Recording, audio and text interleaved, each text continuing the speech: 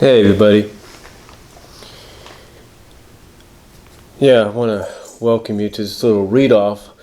You know what's funny about the Archie Sonic online forums and any kind of message boards, whether it's Sonic or any other kind of franchise, is you always wind up finding somebody that wants to post some information about some behind the scenes situations or behind the scenes ideas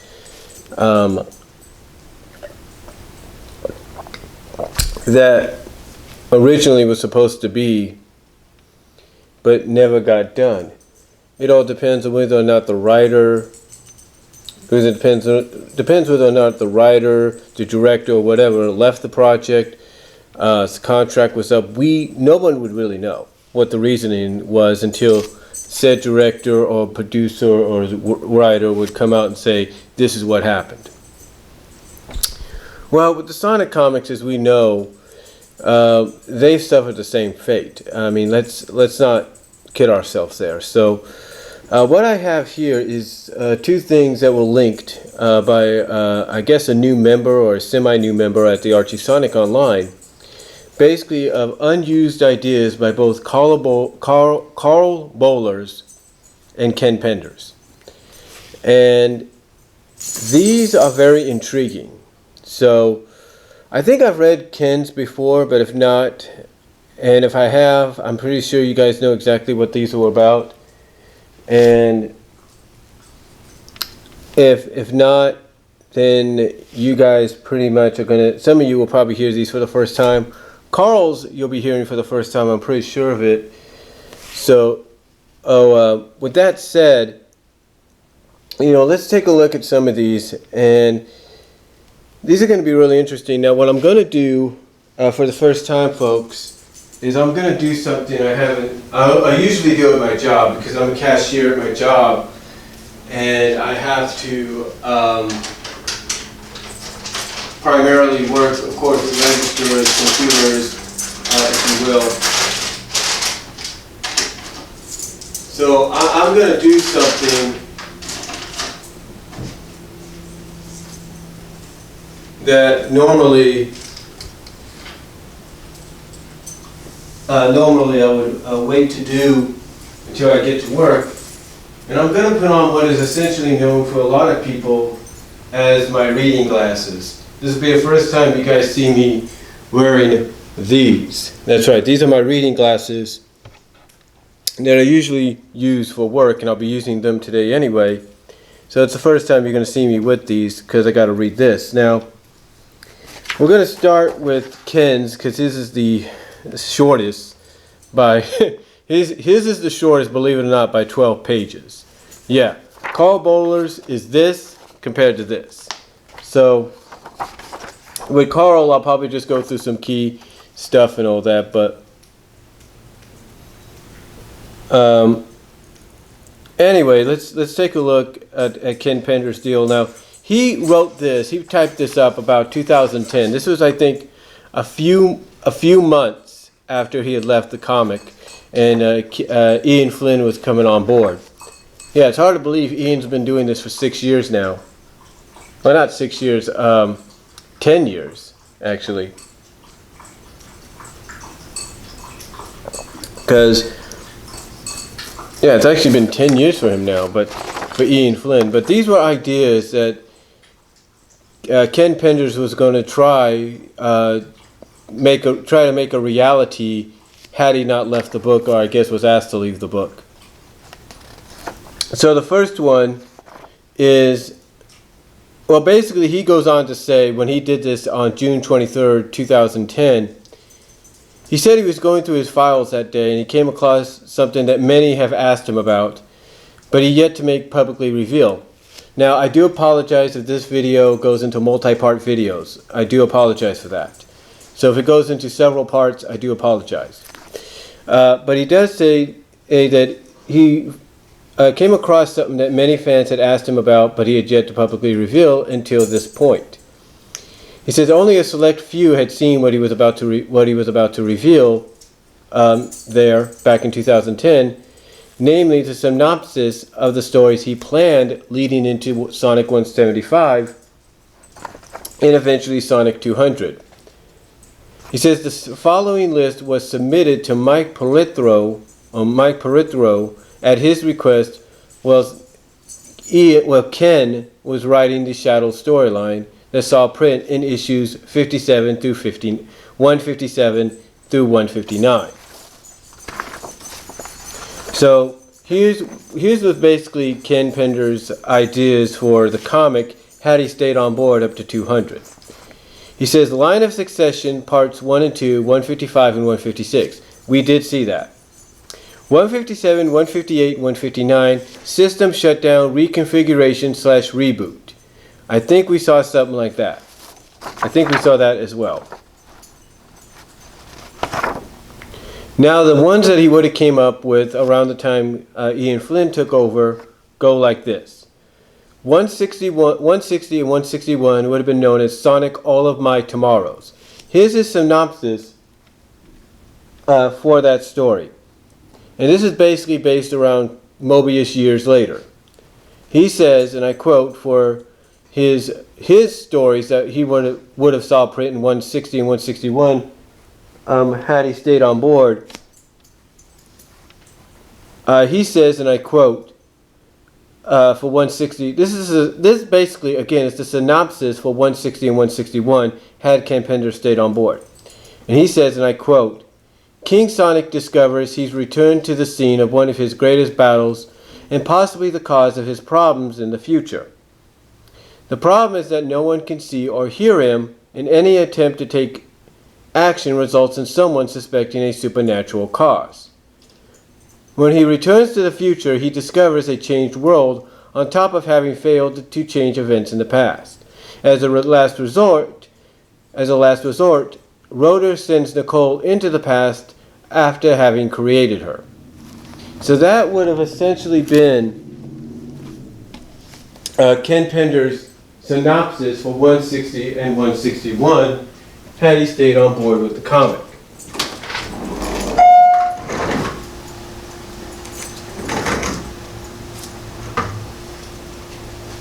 Like I said, that would have been his synopsis had he stayed on board for 161 and 160 and 161 of the comic. That would have been his synopsis. Now,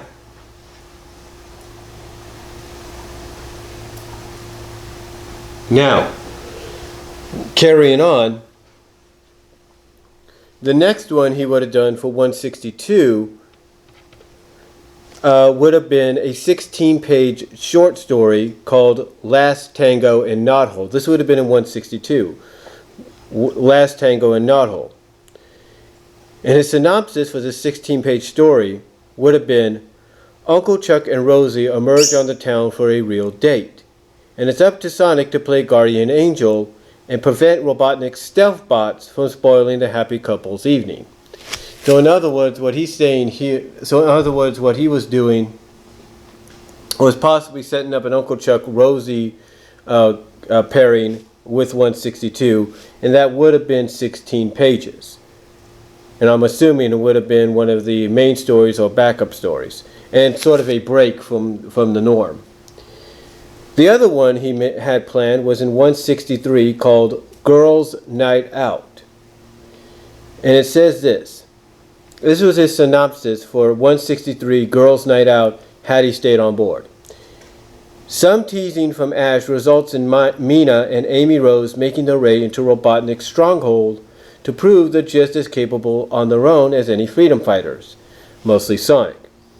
When Sally hears what they're up to, she and Sonic head out after them, only to discover Rouge and Nick the Weasel, which was Knack the Weasel's sister in this continuity when Ken was on board, are on the scene, each looking to obsec with the rare gem that will wield Robotnik's latest weapon.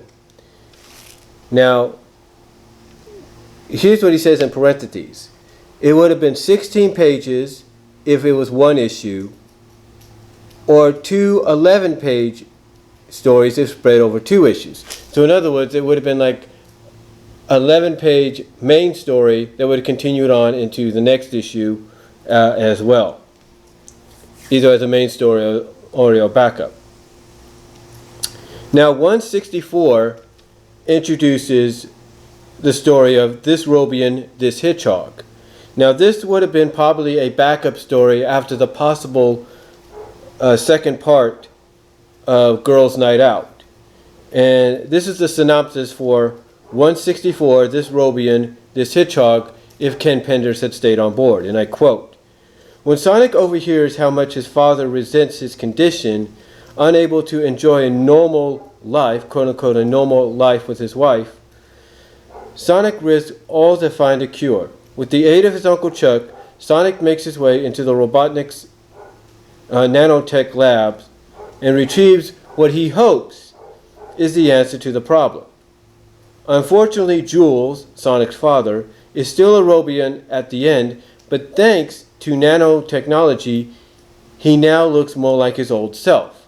And that would have probably been a backup story for 164 if Girls' Night Out was a two-parter.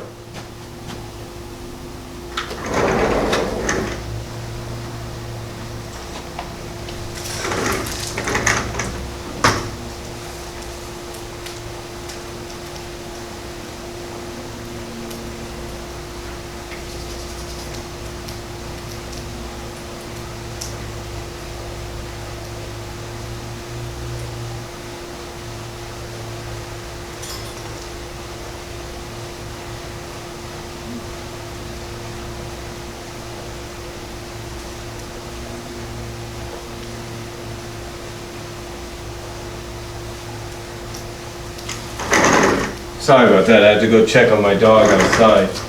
She likes to go to the side of the house for some reason. Don't know why.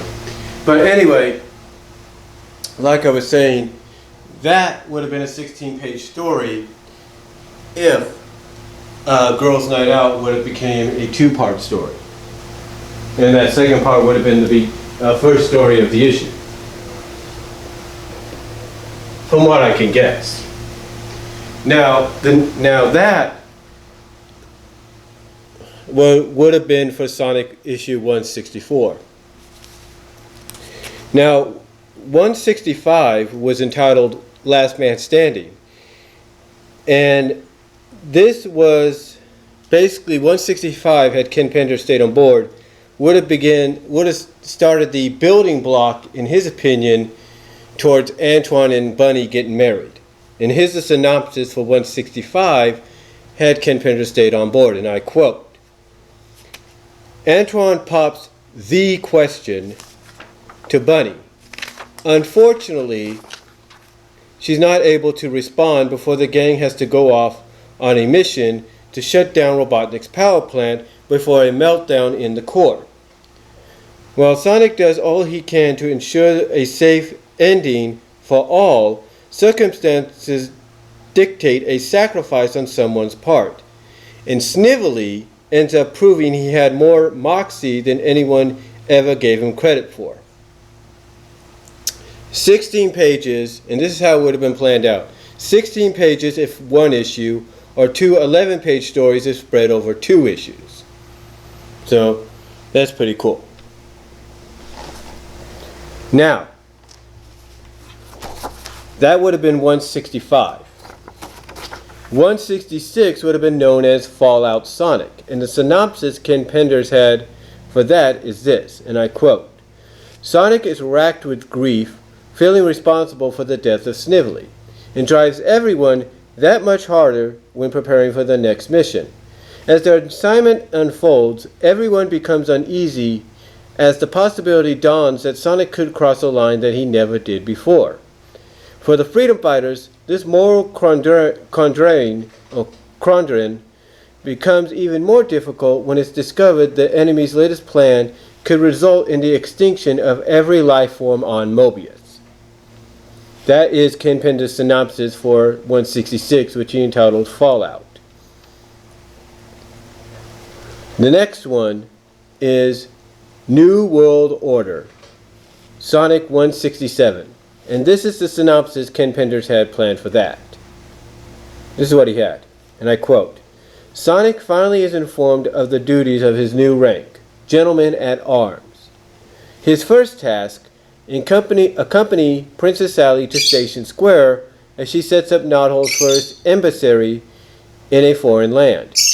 Naturally, there's some trouble before the group departs, including Sally's displeasure when Sonic's new rank means he can overrule her when it comes to security. As Antoine's duties as head of the Royal Guard conflict with his proposal to Bunny. Now that would have been 16 pages according to Ken Penders for 167. 168 is an interesting one. Hold on for a sec.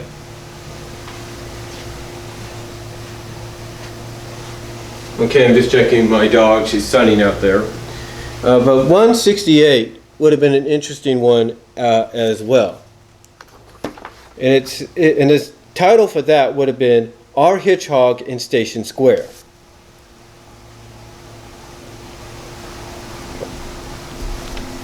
And this is a synopsis that Ken Penders had for that, and I quote, "Now that Princess Sally, Sonic, and Tails and Rotor have arrived in Station Square for the duration, Sonic finds getting around town is more awkward than he likes, thanks to evil Sonic, aka Scourge, making the scene. But if Sonic can't provoke his bad doppelganger into a fight one way, perhaps scoring with Rouge might do the trick.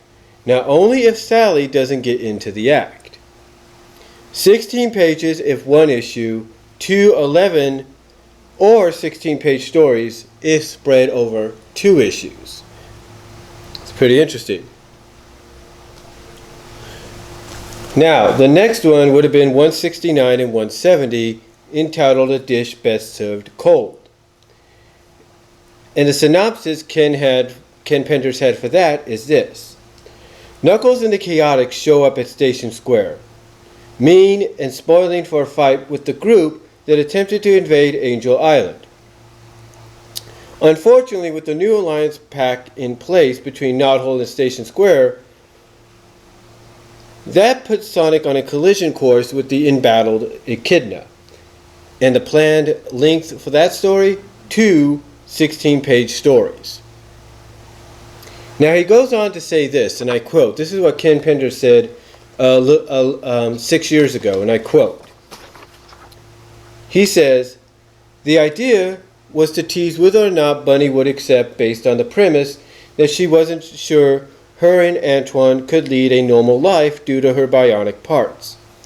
Eventually, events in 175 would have resulted in her saying yes to their engagement, leading to a spectacular wedding in 200. So basically, what we got with 200 by Ian Flynn would have basically paled in comparison, I guess, to what Ken Penders would have had planned. Because obviously Ken Penders looks like he wants to be a traditionalist and wants to celebrate an anniversary issue by having a wedding. And that's what Bunny and Antoine's wedding would have been. It would have been in 200 instead of being rushed into 174. Now, Ken Penders goes on to say, and I quote, "Along the way, we would have explored the Sonic-Sally relationship in greater depth, as I would be steering to get those two together after several trials and tribulations in which neither was sure why they themselves, not why, but let me reread that, and I quote, "Along the way, we would have explored the Sonic-Sally relationship in greater depth, as I would be steering to get those two together after several trials and tribulations in which neither was sure what they themselves or the other really wanted." And continuing on, and I quote, and this is Ken Penders saying this,